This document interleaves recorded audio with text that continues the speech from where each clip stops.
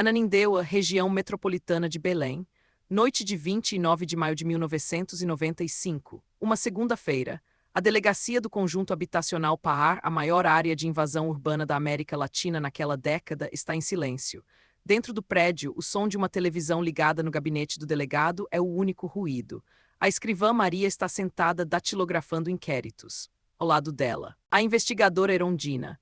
Mais ao fundo, no chão frio, sobre um fino colchonete, o investigador Paulo Jorge dorme. Tem 27 anos. No gabinete, o delegado José Carlos Ribeiro Marques, 31 anos, também descansa em um colchonete no chão. O investigador Mauro França, 43 anos, está recostado em uma cadeira em frente à mesa.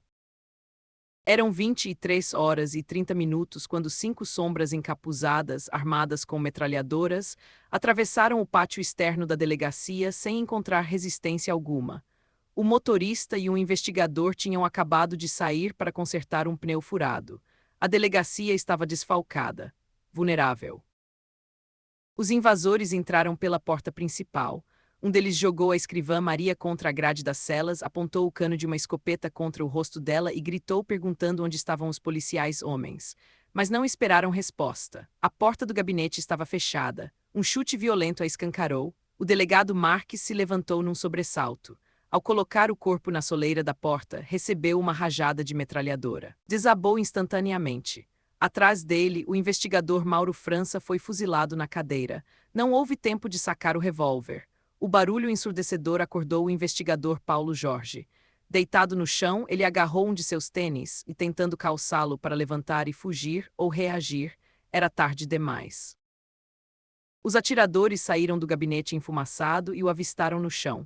Mais rajadas. O laudo necroscópico registrou um detalhe que entrou para a história criminal do Pará. A mão de Paulo Jorge ficou firmemente agarrada ao tênis.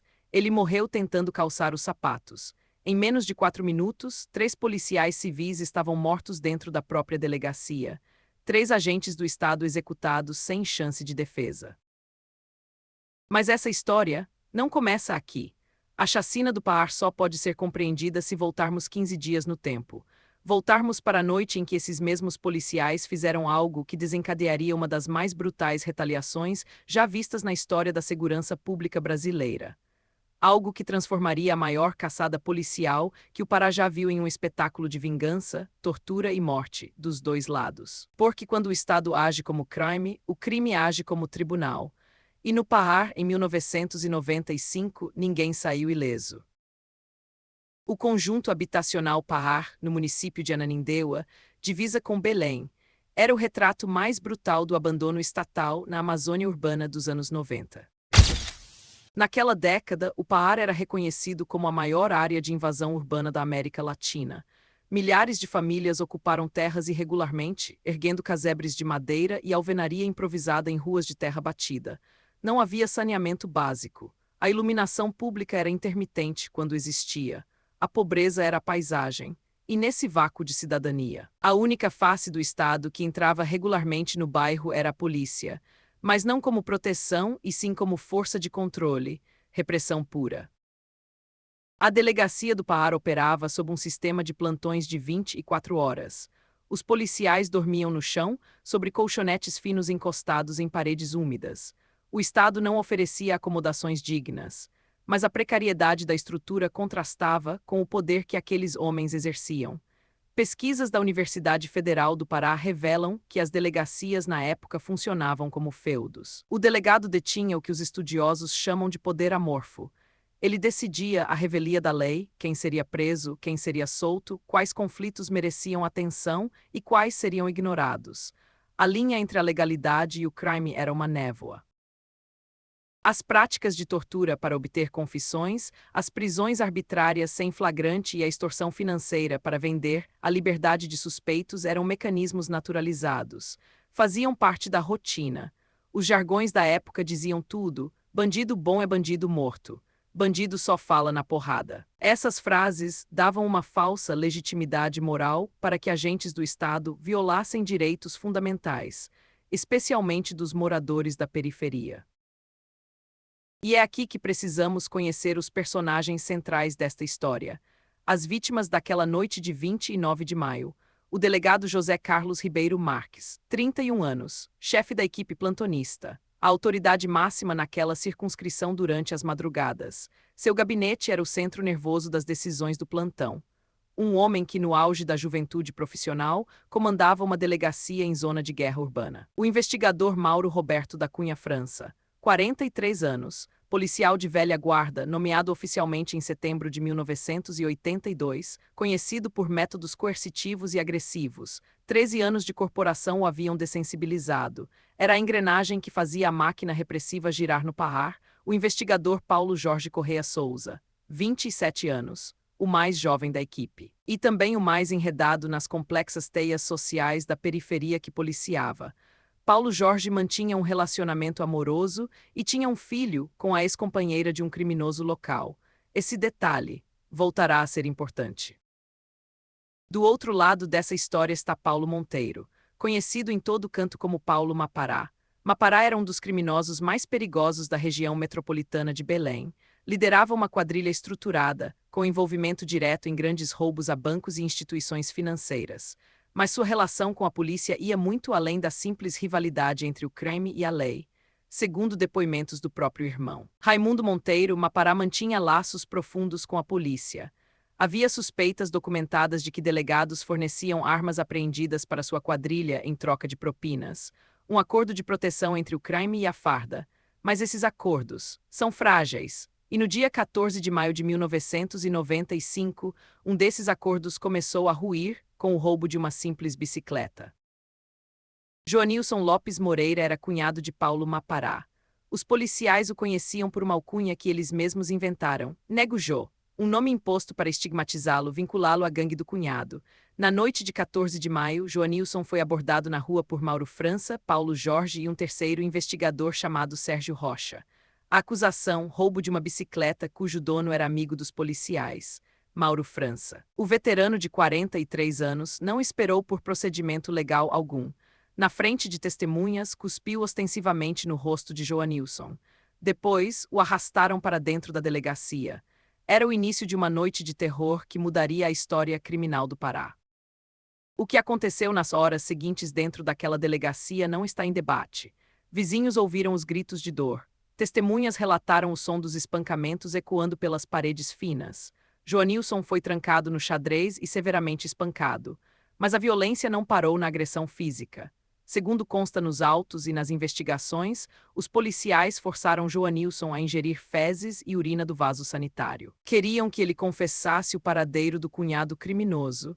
Queriam que ele delatasse Paulo Mapará.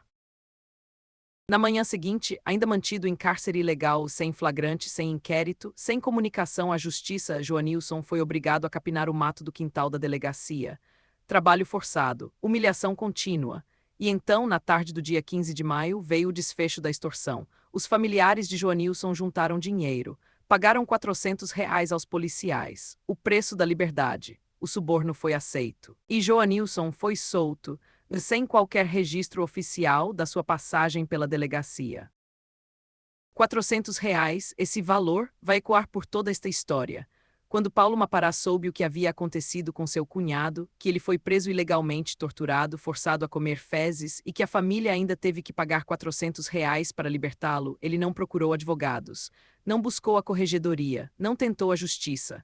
Paulo Mapará declarou guerra, e Mapará não fazia ameaças vazias. Nos 15 dias seguintes, ele reuniu seu irmão Ronaldo, seu comparsa Martinho, conhecido como Cara de Lata, e mais 2 homens de confiança. Planejaram meticulosamente. Mapearam a escala de plantão da delegacia. Sabiam exatamente que noite os algozes de Joanilson estariam lá vulneráveis de serviço. O tribunal do crime estava formado. A sentença já estava decretada. E a única coisa que faltava era a execução. 15 dias foi o intervalo exato entre a tortura de Joanilson e o ataque à delegacia.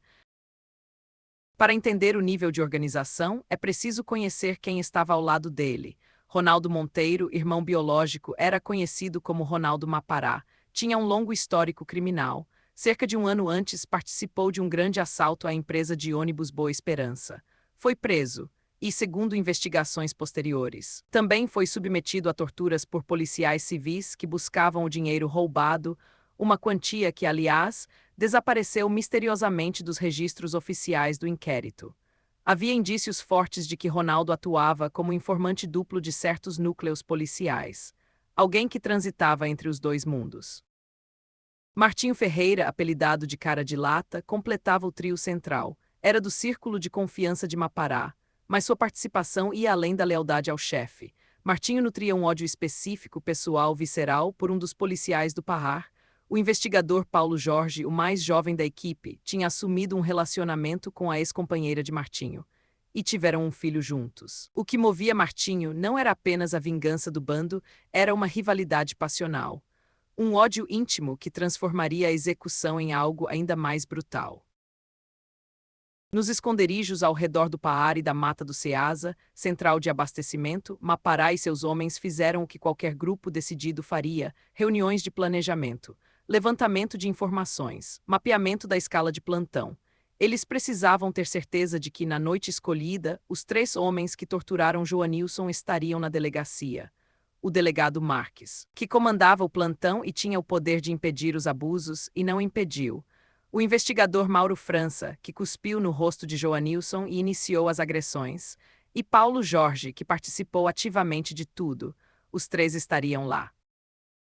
Mas havia uma peça no tabuleiro que Mapará não podia controlar. Um detalhe imprevisível que acabou jogando a favor dos invasores. Na noite de 29 de maio, a noite escolhida, por volta das 23 horas, o motorista da viatura e um investigador não identificado saíram da delegacia. O motivo era simples, quase banal: o pneu da viatura furou. Eles foram até uma borracharia para consertar. Isso reduziu o efetivo da delegacia ainda mais. 23 horas e 30 minutos. O Paar estava escuro, a iluminação pública, como sempre, precária. 5 homens encapuzados se aproximaram do prédio da delegacia, todos armados com metralhadoras e escopetas. Não encontraram resistência na entrada. Não havia guarita reforçada, não havia sentinela. Atravessaram o pátio externo como se fosse um terreno baldio qualquer. Dentro do prédio, a cena era de aparente normalidade. A escrivã Maria estava sentada na permanência, o saguão de entrada da delegacia. Datilografava inquéritos. Ao seu lado, a investigadora Erondina, também de plantão. Mais ao fundo, no chão, o investigador Paulo Jorge dormia sobre um colchonete fino. Estava de folga do serviço ativo, mas permanecia no prédio. No gabinete, a porta estava fechada. Lá dentro, o delegado José Marques também descansava em um colchonete no chão. O investigador Mauro França estava recostado na cadeira em frente à mesa. A televisão ligada preenchia o silêncio da madrugada. Foi nesse instante que as 5 sombras entraram. A porta principal não ofereceu obstáculo. Um dos criminosos avançou sobre a escrivã Maria, jogando-a violentamente contra a grade das celas. O cano longo da arma foi apontado para o rosto dela. A ordem foi gritada. Onde estão os policiais? Maria, em pânico, mal conseguiu processar o que estava acontecendo, mas os invasores não precisaram da resposta dela. A porta do gabinete era o único local plausível. Eles sabiam exatamente onde os alvos estariam. Um chute violento escancarou a porta. O delegado José Marques, acordado pelo barulho da invasão, levantou-se do colchonete. Colocou o corpo na soleira da porta, provavelmente para ver o que acontecia, talvez para tentar intervir. Ele não teve chance. Uma rajada de arma automática o atingiu em cheio. O delegado desabou ali mesmo, na entrada do próprio gabinete. Atrás dele, o investigador Mauro França ainda estava na cadeira. A saraivada de tiros o alcançou antes que pudesse esboçar qualquer reação. As paredes, a mesa, os papéis sobre a mesa, tudo foi manchado. Nem Mauro nem Marques sacaram seus revólveres. O laudo pericial da cena do crime confirmaria isso. As armas dos policiais estavam nos coldres. Não houve resistência. Não houve chance. O barulho foi ensurdecedor. Rajadas de metralhadora dentro de um prédio fechado de alvenaria. O som ecoou pelas paredes, pelos corredores. Acordou todo mundo que ainda restava. O investigador Paulo Jorge dormia no chão do saguão de permanência. Tinha 27 anos, era o mais jovem da equipe. O estrondo dos disparos o arrancou do sono. Num ato instintivo, ele agarrou um de seus tênis, que estava no chão ao lado do colchonete, e tentou calçá-lo. Para levantar, para fugir, para reagir, nunca saberemos. O que sabemos, porque a perícia comprovou, é que ele não teve tempo. Os atiradores saíram do gabinete enfumaçado, onde Marques e Mauro já estavam mortos, e passaram pelo saguão. Avistaram Paulo Jorge no chão, descalço de um pé, o tênis na mão. Rajadas. O corpo tombou ali mesmo. Quando o Instituto Médico Legal fez a necropsia, encontrou um detalhe que nenhum laudo pode descrever sem um calafrio. A rigidez cadavérica preservou a mão de Paulo Jorge firmemente fechada em torno do tênis. Ele morreu tentando calçar os sapatos. Esse detalhe se tornaria uma das imagens mais simbólicas deste caso. Um jovem investigador, abatido enquanto dormia, sem arma na mão, na posição mais vulnerável possível. Sob o cheiro acre de pólvora e sangue, a escrivã Maria rastejou pelo chão. Ela conseguiu alcançar o pequeno banheiro da delegacia, trancou-se lá dentro e rezou. Rezou pela própria vida, porque tinha plena certeza de que seria a próxima. Mas os atiradores não estavam ali para matar mulheres. Seu objetivo era específico, cirúrgico: executar os 3 homens que 15 dias antes torturaram Joanilson. O delegado que consentiu com os abusos. O investigador veterano que cuspiu no rosto do preso e comandou as agressões. E o jovem policial que participou de tudo e ainda por cima dormia com a ex-mulher de um dos matadores. Os 5 encapuzados deixaram o prédio tão rapidamente quanto entraram. Em menos de 4 minutos, o que era uma delegacia de polícia se transformou em uma cena de triplo homicídio. Lá fora, os invasores desapareceram na direção da Mata do Ceasa, a central de abastecimento. Uma área densa, tropical, pantanosa, o refúgio perfeito. Conheciam cada trilha, cada esconderijo. Deixaram para trás 3 corpos, 2 testemunhas aterrorizadas, e uma pergunta que ecoaria por todo o Pará nos dias seguintes: como 5 homens conseguiram invadir uma delegacia armada e matar 3 policiais sem encontrar resistência? A resposta começou a surgir antes mesmo de o sol nascer. A notícia da chacina se espalhou por Belém e Ananindeua como fogo em palha seca. Policiais civis e militares foram acordados em suas casas. A indignação era imediata. 3 colegas de farda, metralhados no próprio local de trabalho. Mas o que veio a seguir não foi uma investigação, foi uma caçada. O relógio marcava a madrugada de 30 de maio de 1995. O sol ainda não tinha nascido quando a máquina do Estado começou a se mover. Mas não na direção da justiça, na direção da vingança. A Secretaria de Segurança Pública mobilizou uma força-tarefa de cerca de 200 homens, policiais civis e militares. O coronel da Polícia Militar Reinaldo Chaves assumiu a linha de frente das declarações. A ordem não era sutil. Fecharam a rodovia federal BR-316, montaram patrulhamento hidroviário no Rio Guamá, cercos em matas, em rios, em estradas. A maior operação policial que o Pará já tinha visto. Mas repare no detalhe: a investigação não começou com mandados de busca e apreensão. Não houve pedidos de prisão preventiva ao judiciário. Não houve qualquer formalidade legal. Era uma caçada humana.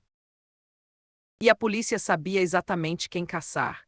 Dentro do ambiente policial, a relação de causa e efeito foi estabelecida em horas.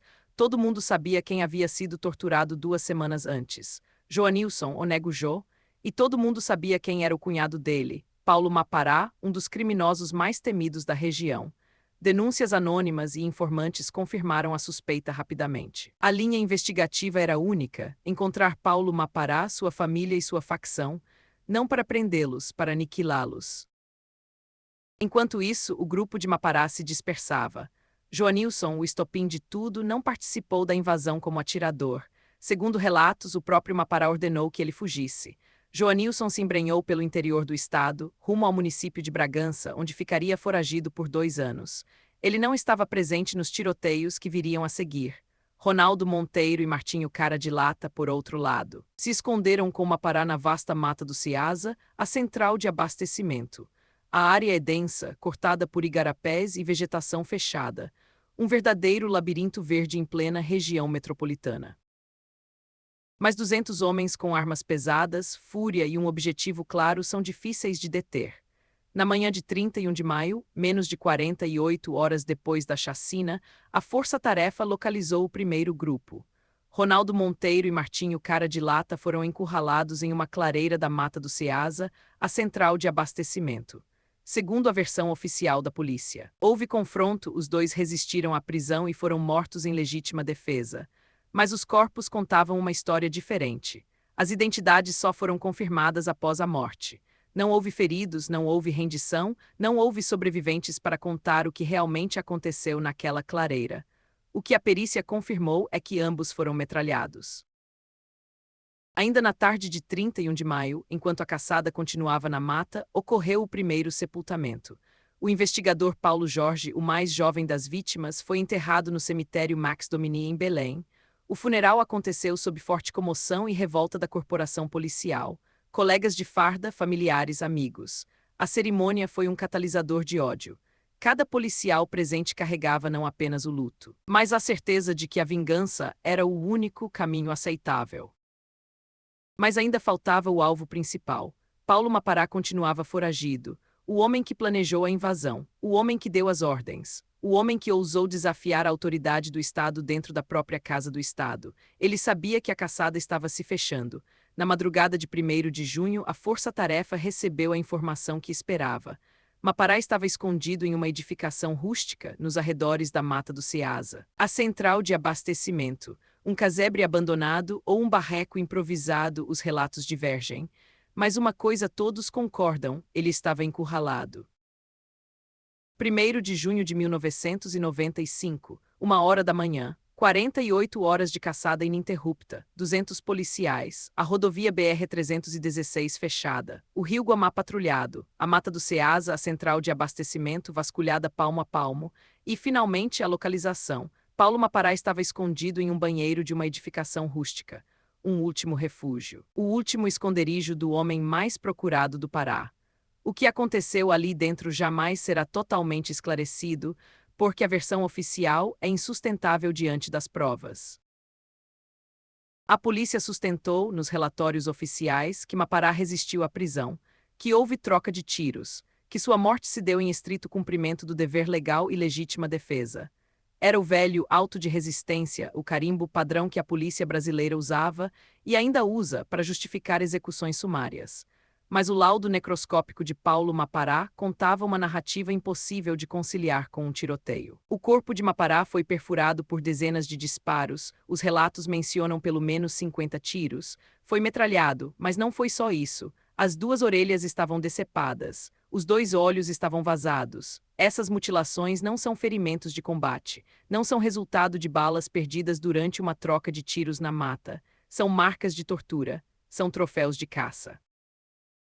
O que o laudo necroscópico de Paulo Mapará prova, de forma incontestável, é que a força-tarefa não o enfrentou em um tiroteio limpo. Eles o capturaram vivo, o torturaram, possivelmente para extrair confissões, para recuperar valores de assaltos anteriores, dinheiro que, segundo as suspeitas da própria família Mapará, tinha ido parar nas mãos de policiais corruptos. E depois de matá-lo, mutilaram seu corpo. Mas a barbárie não terminou ali. O que aconteceu nas horas seguintes transformou um crime policial em um espetáculo público.